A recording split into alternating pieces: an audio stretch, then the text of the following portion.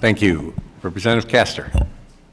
Thank you, Mr. Chairman. Thank you for calling this hearing. Thank you to our witnesses for sharing your expertise on the CCP's incessant threats and coercion to Taiwan, but to the U.S. and freedom-loving people everywhere.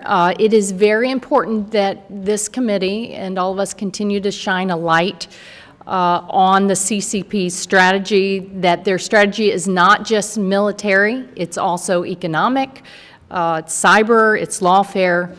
And I think this committee and the past administrations have done a good job rallying support across the globe from our allies and partners in the Indo-PACOM area of concern, but all of the allies when it came to economic pushback on how China cheats and steals. And that's why I am so concerned right now that the Trump administration has lost that focus, that people now look at the U.S. and say, oh, they're taking a much weaker stance to counter the CCP.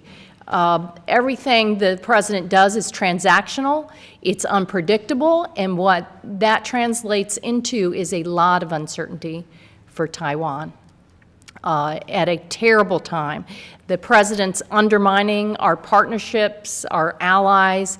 It wasn't that long ago that we were all working in cooperation with Japan, with Australia, with India, with the EU and others to counter what China is doing. And I just think, as you said, Ms. Khan, it's giving leverage to Xi Jinping. For example, Dr. Hooper, take for instance Japanese Prime Minister Sana Takachi's recent sentiment that a Chinese attack on Taiwan may also serve as a threat to Japan. In response, President Trump told her to stop provoking China. What kind of signal does that send to an ally like Japan? Congresswoman, thank you for your question. And needless to say, I strongly agree with the importance of allies both in the Indo-Pacific and in Europe in sending clear and consistent signals about our mutual support for Taiwan.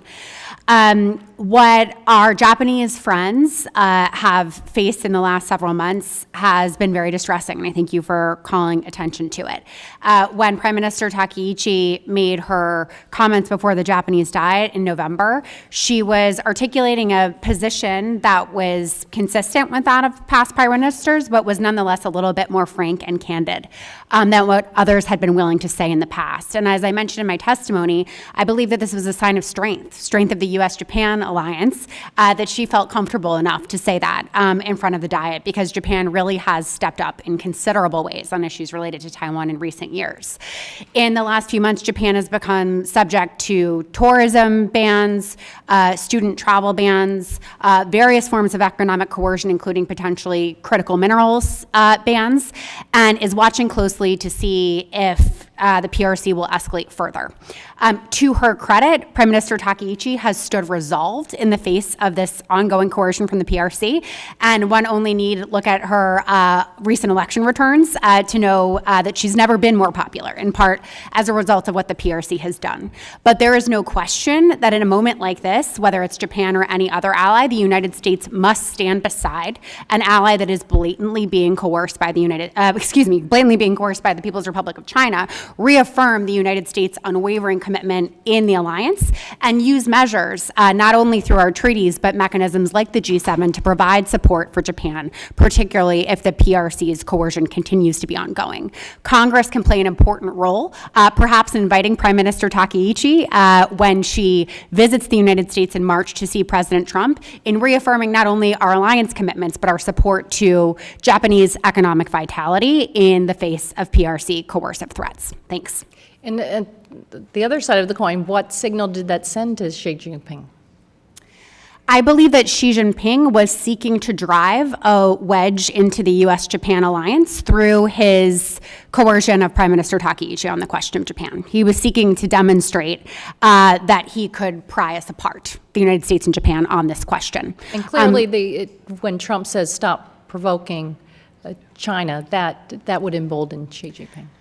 I can't speak to the nature of a private phone call between two leaders, which I imagine is what the reference is. But indeed, it is incredibly important for the United States to reaffirm its support for Japan. Thank you. Thank you. I yield back my time.